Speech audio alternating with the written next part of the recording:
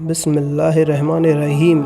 हम ये सुनते आए हैं कि पेड़ पौधे हमारी और दीगर जानवरों की ग़िज़ा हैं, मगर आपको ये जानकर हैरानी होगी कि दुनिया में कुछ ऐसे पौधे भी हैं जो गोश्तखोर होते हैं और कीड़ों मकोड़ों को, गिरगिट, मेंढक, छोटी चिड़िया और चूहे वगैरह को भी नहीं बख्शते, इन्हें चट कर जाते हैं।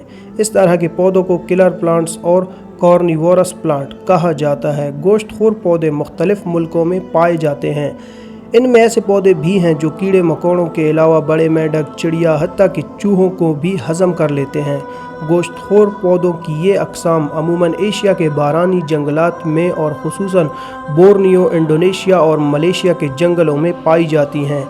ये काई से ढकी ज़मीन पर जिसके नीचे पानी खूब रिस रहा हो और मिट्टी बहुत ज़्यादा नम हो उगते हैं। अमूमन ये पौधे 1500 से लेकर 2650 मीटर बुलंद पहाड़ों पर देखे गए हैं। ये सिर्फ इन खित्तों में पाए जाते हैं जहाँ की ज़मीन में मादनी नमकियात और नाइट्रोजन की कमी पूरी करने के लिए ये पेड़ पौधे कीड़ों मकोड़ों वगैरह को खाने पर मजबूर होते हैं, क्योंकि इनकी नशोनुमा के लिए ये नाइट्रोजन व नमकियात बहुत ज़रूरी होते हैं।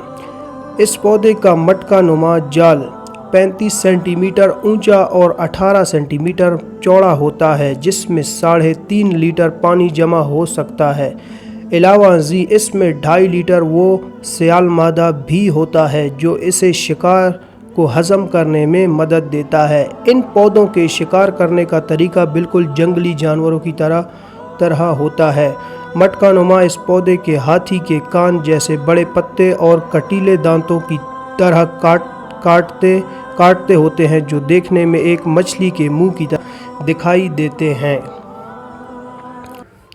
ये पौधे शिकार के वक्त अपने पत्तों को मुंह की तरह खुला छोड़ देते हैं, जिसमें कीड़े मकोड़े वगैरह इसमें आकर फंस जाते हैं और वो भी बआसानी से खा लेता है। किसी पौधे में सुबह सवेरे मस्त कर देने वाली खुशबू निकलती है। इस पौधे के इर्द गिर्द जो भी कीड़ा मकोड़ा गुजरता है वो इस खुशबू से मदहोश हो जाता है। गोश्तखोर पौधा इसे मदहोशी के आलम में अपने शिकार को हड़प कर डालता है। अगर कोई छोटा जानवर इस पेड़ के करीब से भी गुजर जाए तो वो झपट कर दबोच लेता है।